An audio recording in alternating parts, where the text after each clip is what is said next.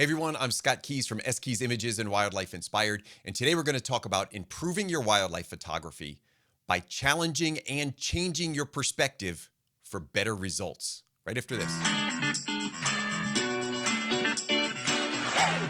I'm really excited about today's video. We're going to talk about changing your perspective for better wildlife photography. And in this video, I've asked my patrons to contribute images. Now, these images are really effective because it's going to show you a before and an after, simply around the concept of changing your perspective while you're out in the field. Now, before we present the actual images to you, what are some of the reasons to do this? What are some of the reasons to change your perspective in the field? And I've listed a few here: removing distractions, creating better background, improving the overall composition of the image, maybe adding in elements, something like bokeh, or to create better engagement with the subjects. In today's video, I'm also going to give you tips along the way, so stay tuned for the whole video. I've got 5 or 6 tips that should help you in this process. But now, let's jump right into these images. Now, I've pulled up an image here from Jonathan Smithies, and this image is going to really reinforce that first concept that I talked about, changing perspective to remove distractions. This is a great example of that. Before I get to this, I want to mention a couple things. Most of my patrons are bird photographers, since that's my specialty. You're going to see a lot of birds. But the images here are not, or the concepts are not really limited to birds as the subject. You can use these concepts with any wildlife subject. In fact, you could probably use it with a multitude of different subjects, not just wildlife. But we're going to talk about this today in terms of what works in the field and how you're changing things in the field. So not about editing or any of that, just really your work in the field. And I want to introduce this first concept, which I've talked about in the past. And this tip is to see beyond the subject, or see through the subject. And you'll hear me mention this in some of my other videos. And simply what I mean by that is, we are, as wildlife photographers, sometimes we're at the mercies of what our subjects are going to do. We can't make them perform for us. So the subject, in many ways, is the subject. Hopefully, it stays where it is, and it gives us an opportunity to move. I know some of you are thinking, well, Scott, I'm a bird photographer. My birds don't stand still. You are going to find examples of this, and I'll mention this as we bring up some of the other images, where subjects will stay still. And it's not all the time. So, yeah, sometimes you're going to have to move a little bit before a subject lands and predict where it's going to go. That's a different concept. What we're talking about today is we've got a subject that is going to allow us to move maybe for a few seconds, hopefully for longer, to improve the image. And that first tip is all about seeing through the subject. The subject is where it is. Let's start looking at everything else in the frame. What's there? And I mentioned removing distractions and told you how this is going to be a great example. This one's stunning. It's the same perch. That is night and day. Not only did we remove distractions, we actually changed the background color. We'll talk about more in that in a minute. But this example, more so than any example that I had, just showed that by moving to the left of this subject, I was able to clear all of those branches off the frame. And look at what a dramatic difference those two images are for you. So kingfishers, we're lucky with a lot of kingfishers, just like a lot of other hunters or fishers. They will stay in one place while they're looking for prey. I think the European kingfishers are much easier than the belted kingfishers that I have in the Northeast, because my kingfishers do not stand still. But what a great example on this one. Now, this second image is from Barb Ward Blank, and this one is a raw file. So I really thought this was a good example of backgrounds. So once we get the shot, and this is the second tip for you today, once you get the keeper, or once you get the subject, challenge everything else. And what I mean by that is, when a bird lands or a subject lands in front of us, often we're excited and we just start to, I call it hammer down. We just start to put our finger and we just don't let go, and we're just focused on the subject. But remember, we're going to see through the lens, and then we're going to challenge the backgrounds. Sometimes challenging foregrounds, but in this case, challenging the backgrounds. And what do you notice about this background? Well, there's a big tree trunk in the back. Now, we're fortunate with Louisiana water thrush. They will often land and sing. Sometimes they'll land and hunt. And so this bird offered an opportunity to quickly, it wasn't there for a long time, move just a little bit to the left. Now, that tree is still on the edge of the frame. You can barely see it, but it's there. The edit looks a little bit more like that. A little more cropped in, a little change with the light. Now, Barb did tell me, Scott, I've got better images than this. And I said, no, let me use this because it really illustrates the example of just a few feet, just a couple feet to the left. And look what happens. Look at the difference in that distraction removal and the improvement in the background. And that leads us to the third tip for today's session. And this one comes from Jason Jablonski. This is a vermilion flycatcher. Many flycatchers, by the way, act like hunters because they'll perch on the end of a stick and they'll wait for things, insects to fly around, and then they'll jump off and grab them. And often they come back to the same perch. This third tip, so we've talked about seeing through the lens or seeing through the subject. We've talked about get a keeper and then challenge it. And now we're going to talk about color. One of the things, and I'm going to show you two images back to back. Look at the difference in movement and color. It is striking. Not only is this a really nice complement between the red and the green, but it removes some of that boring tone in the background. Now, artistically, you may like the boring tone in the background, this monotone feel. That's up to you as an artist. But what I do want to show you is the dramatic difference that moving a little bit right or left makes. And in this case, I believe it's a movement to the right. Look at the difference in that background.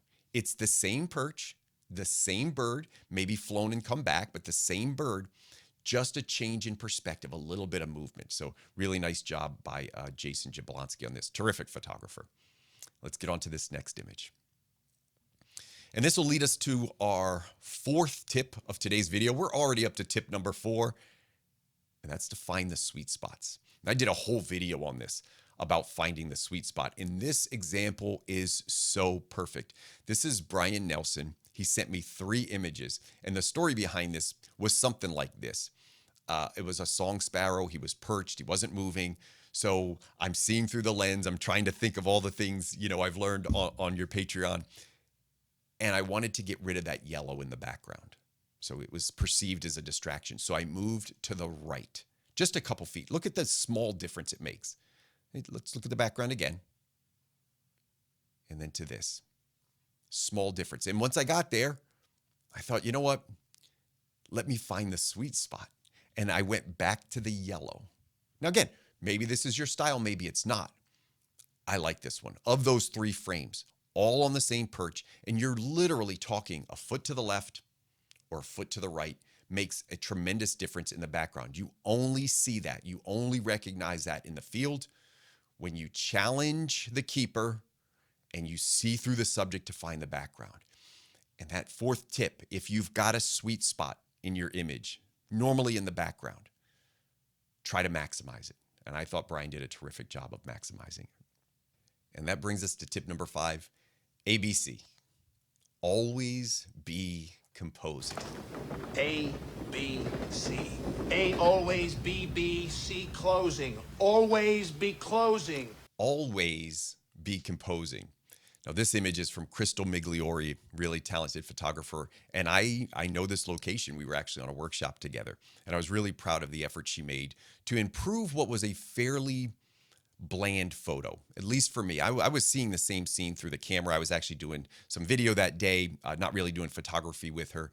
And we noticed that this goldfinch was just there. And it offered a lot of ability for change in perspective.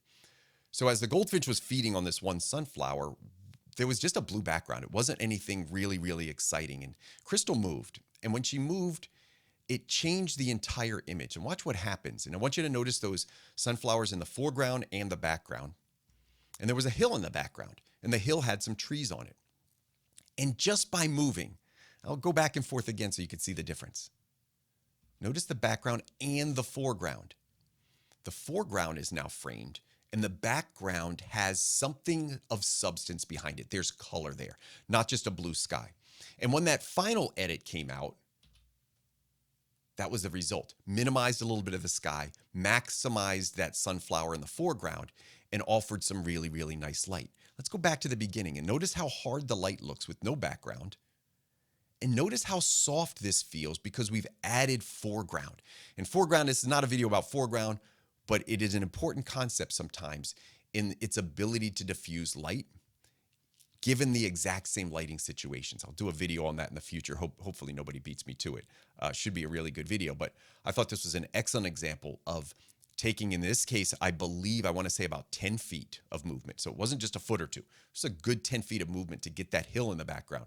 We were on hills, and so by her going up the hill a little bit and having a hill in the background, able to get some background, and again, great use of foreground. And speaking of foreground, this is Alexis Lawler. The bird will change positions a little bit in this example, but what you see here is really good separation of the background. Right? You've got a really nice pattern in the background. What is also in this element is this hint of foreground. I mentioned the use of foreground in the other image. Watch what happens here by moving. Look at the difference. By moving a little bit, lowering perspective a little bit, and now including that foreground. And what does the foreground do here? Seeing through the frame. The foreground actually hides a little bit of that perch. Let's go back to the perch and look at it. Not the greatest looking perch in the world, right? But when you alter that and you change your perspective to the right, and in this case, maybe dropping down just a hair, notice what happens. It adds the color. So now you've got pink and green. You've got this monochromatic kind of subject, but that perch is well hidden. I thought this was an excellent example of use of foreground.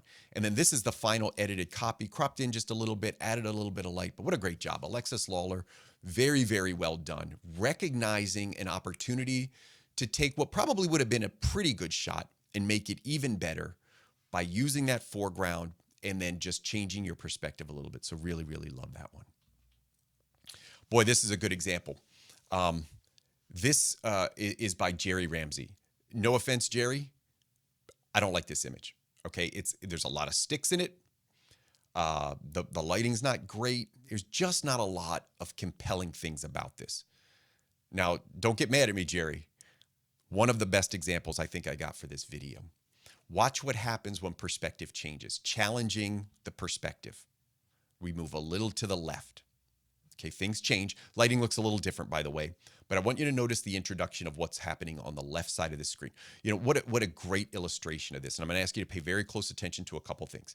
What I don't like still, I've got a stick pointed right to the bird's head. Not ideal. Little distracting with those sticks. You know, they're not pretty. They're dead branches. But what I do like is the introduction of this soft foreground here. Now watch what happens in the next frame. This is really, really interesting. Note this hole right here. Watch this. By changing perspective, by seeing through the lens, by challenging that keeper, you got the eagle shot. Let's challenge it. And let's play with the foreground. And now we've got an opening in the foreground. And this opening serves a lot of purposes. One, it actually hides some of the negative parts of the image. So this branch that was pointing at the head, look at how that's minimized. I'm going to go back. Notice the opening. It's right there on the left. Look at the branch. Couple more steps, and I got it. And the great thing about large birds of prey is when they're perched, a lot of times they hang out.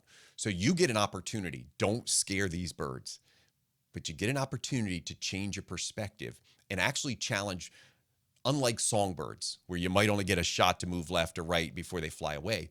This is a bird that could stay there for minutes, even hours, and you really get a chance to play around and find that perfect little area. Go back to the beginning. This is not compelling. Look at the difference. I mean, it's like not even the same image, yet same bird, same perch, same day, same photographer. Everything's the same except perspective. Really, really great example on that one. Now, this next one is from Nathan Watson. I talked about adding elements, and I mentioned this concept of bokeh. There is no greater example of the change in perspective and the addition of bokeh than what you're about to see. Now, this is a good image, by the way. This is an Avocet. Nathan's an Australian photographer, award-winning photographer, terrific photographer, and a member of my Patreon community, and I'm so proud because when I see work like this, it just makes me beam. I cannot take credit for this. I didn't teach him this. I think he picks up little things from me, but this is Nathan. Watch the difference. Maybe you like this one better, but it allows you a different perspective. Look at the difference. Now, is it your style? I don't know. I like this one better. Do you like this one better? It really is about your artistic preference, but it's a dramatic change. And the only difference is in one image, I'm shooting with the sun off to the side, pretty backlit. And in the other one, I'm shooting directly back into the sun, which changes a lot in terms of camera settings and exposures. But look at the addition of the bokeh. Really, really, really powerful image. I think it's a super artistic image and very, very well done. What I really like about this is that the silhouette of the bird stands out in the cluster of light there. So it really makes it prominent. Sometimes if you get a silhouette like that and it's a little bit in black and a little bit in white, it doesn't work out. This one worked out really well. Now this one is, I hope I pronounced this correctly, is Eric Van Heetsma. I'm sorry if I mispronounced it. And this is around the concept of creating engagement and also a touch about that bokeh. So a couple things we're going to mention in this. One, standing, probably kneeling down, maybe 3 or 4 feet off the ground. There's a lot of ground in focus, and ground typically isn't very appealing. And so if we lower our perspective, it actually will change the bokeh. It will add more out of focus elements, and it actually tends to make the images look better. I got a couple examples of that. The other thing though it does, and I've got several examples of this, is it creates better engagement simply because we're on the same focal plane and basically we're eye to eye. So we're going to drop down here. So in most of these other examples, we were moving left and right. Now let's drop down and see what happens. Next image looks like this. And at first I saw this and I was like, I don't know about this one. Like, the subject's kind of in it, you know, he's eating or feeding, but it didn't feel great. But the edit came out really nice. So watch what he did with the edit. Much different, right? The subject's head actually is in focus. And while there's some sticks and branches, or I shouldn't say sticks, these are just stems of the flower. To illustrate the point, let's go back to where we started and look at how different this is in terms of perspective. Look at how different it is. Look at the background. Look at the background and foreground. Dull, uninteresting. Now look at the engagement. The engagement here, eye to eye, feels good. We've got a much softer feel because there's so much more out of focus in the background. And look at that road. It's smooth and it's out of focus. And that's part of that bokeh. It's just, you have a shallower depth of field now in terms of what you're seeing based off of the perspective. Hopefully that makes sense, but I think physically or visually, you are able to see it right here. So really, really nice job, Eric. All right, let's go on to the next one. Very similar. From a little bit higher perspective, watch the difference in this. Just dropping down, cropping in a little bit. Look at the, oh my gosh, look at the difference. I mean, this is night and day. Now, I've done videos on low angle photography. It's kind of a basic concept. The only thing here is changing perspective and lowering down. You can actually see the other birds in the background still. Just a minute later. Also look at the depth of field or the out of focus areas in the foreground and background. I'm going to go back one more time. Notice how much of that sand is in focus, not very pretty. Watch how little of the sand is in focus here. And that softer feel just makes a better image. Lastly, look at engagement. Unengaged, not on the same focal plane, no eye contact here. Just a little peekaboo back. The eyes are kind of like locking with the camera. Just much, much more engagement, and being on the same focal plane makes a huge difference. So this is Jocelyn Anderson, and a really, really great example of low angle photography and changing perspective. Oh, whose is this? Well, this one's mine. I was editing some images and I came across this and I thought, you know what? I don't have an example of changing height in terms of perspective other than low angle. So I just wanted to throw one in. This is an unedited raw file, but what I want you to notice is the water in the background. And I can remember I had not photographed many of these yellow-headed blue blackbirds in the past. And so I had one, it was right there, and I thought, let me try to do something with it. Light wasn't great, situation wasn't great, not a perfect environment. But again, I had never photographed this at close range before. So I wanted something. Look at the difference. Unedited. I know it's a little underexposed. If you've seen my videos on exposure, you know I tend to underexpose by about 2/3. Watch this. Notice now what I'm trying to do is, can I get mountain and sky? There was some clouds up there. I couldn't quite get them in, but I edited this one up. Just again, the perspective. This is about 3 feet, dropping down about 3 feet, and there it is. Now watch the edit. Much better, right? Now, listen, this one's not going on my wall. The point of this one is to illustrate that changing perspective up and down doesn't always mean going to the ground for shorebirds or going to the ground for waterfowl. Sometimes we're creating better engagements We're seeing through the subjects. We're looking at the background. In this case, I wasn't thinking color. I was actually thinking atmosphere or sky. I was hoping to get some clouds in there. You could see a little bit of the mountains. Didn't really have a sweet spot to work with, but changing that perspective allowed me a little bit better composition, but more importantly, it just gave me better separation from the background and introduced this idea of mountains. Now imagine if the sky was lit up. Oh man, how good that would have looked with the sky. But I didn't get that one, but it is a good example of changing perspectives and that it can be done with songbirds for sure. I believe this is the last one I've got. I've got two more for you today, last bird image that I've got. Both of these, by the way, very good. Change in perspective. I don't do a ton of nest photography. I will tell you, I feel this is Kent Stewart, a terrific photographer at quite a distance. So don't think, wow, somebody's on a nest. I don't like to encourage nest photography because a lot of people take advantage of it. In this case, I feel great that Kent was doing it the right way. Long lens, extenders, way back, cropped in, the whole thing. Now watch the difference. We talked about this concept of changing perspective to change engagement or create engagement. And one was to drop down and get eye level. But notice what happens when you change. In this case, he goes from the side, like a profile, to the front. One image you might like better. There's no doubt that this, to me, is a more compelling image. It's just neat. Seeing it head on, the bird coming in to feed, these swallows ready to eat. Really, I thought both images good. Nothing wrong with this one. I think this one's better. A difference in engagement created by a change in perspective. And then the last one here, my good friend Nikki Nobles, she sends me this one. This is an unedited raw file. Fortunately, with some insects, we get a chance to move and they don't. Flies sometimes leave, but if they're feeding or resting, sometimes they'll stay. In this case, just a pretty common fly. Now watch the difference in engagement and watch how important eyes become. Not even the same photo. This one, you could edit it. Maybe you could add some light and alter it and make it okay. This one just pops. The colors pops. The eyes are so there. And it's so engaging based off of a change in perspective. Now, again, with macro photography, quite different than birds, but the concepts all stay the same. You change your perspective to challenge and try to create something better than that original, that keeper image that you got the first couple frames. Now you challenge everything, and that's part of these tips. Now, I do want to offer one more tip to you. I'm going to jump back here and just say there's one final piece of advice I will give to you. And this tip is all about movement. And the tip is ditch the tripod. Listen carefully when I say this. Everybody has a different style and everybody has different objectives.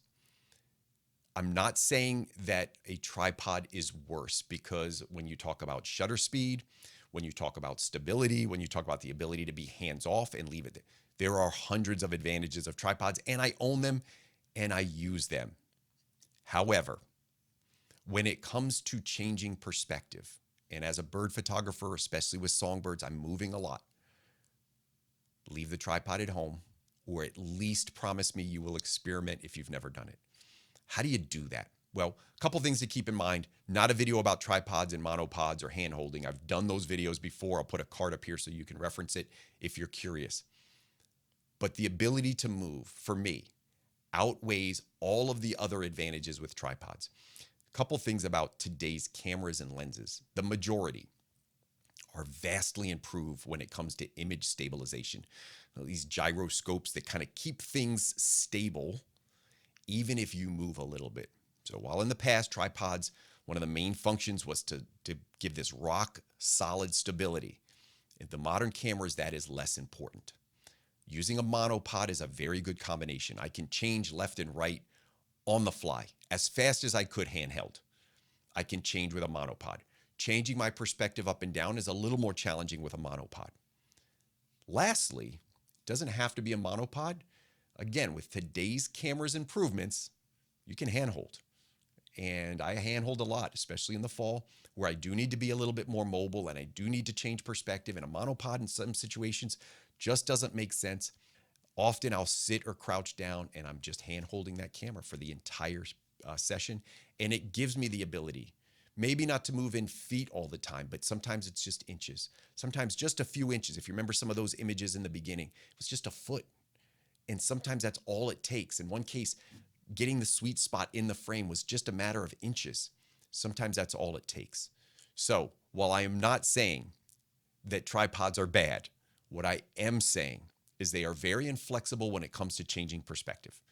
And so if today's theme, changing perspective, if that's the goal or something you want to try, please take a look at that. Take a look at a monopod. I'll have some more reviews out there. I've done reviews in the past. If you need any advice or suggestions down in the comments, you can put a question about monopods. I'll be happy to answer them. I've done videos on slings and carrying and hand holding. So got plenty of videos out there around all of this. So feel free to reference those. But if you have any comments about this video, leave them down in the comments. Would love to know your thoughts. So happy for the patrons. Had a couple people that submitted entries to this. They were either redundant or didn't fit the bill of what I was trying to do. So I want to thank everybody. I'll list their names over here for just submitting images to this. And actually, I just want to take a minute to thank all of my patrons. It's a wonderful community. At the end of this video, I'm going to pull up all their current names. This is 2023. And just say thank you for everything that you do for me. And I love our community. Now, if you've got any specific comments about this video, feel free to drop them down in the bottom. If you are not subscribed to the channel, I got to remind you, you got to hit the subscribe button. And then there's a little bell for notifications. Turn that on. And every time I post a video, once a week, once every couple weeks, you'll get a notification. Just let you know, hey, Scott's got a new video out. Come check it out. So I appreciate your support just on the YouTube channel in general.